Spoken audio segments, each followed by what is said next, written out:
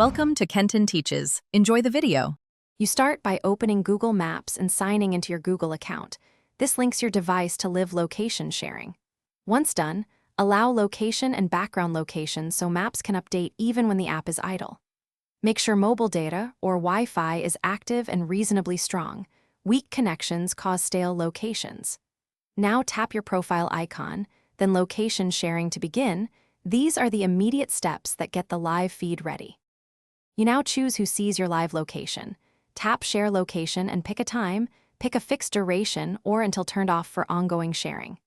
Next, select specific contacts from your list or create a shareable link if someone isn't in your contacts. Make sure you review the visibility preview so you know what they'll see.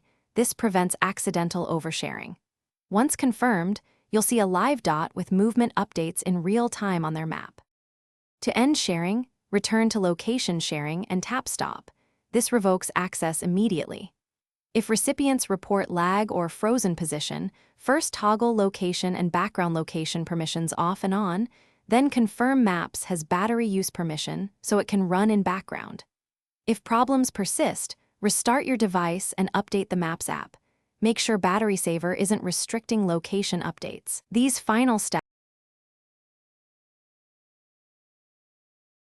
Thanks for watching. Please subscribe if this video was helpful.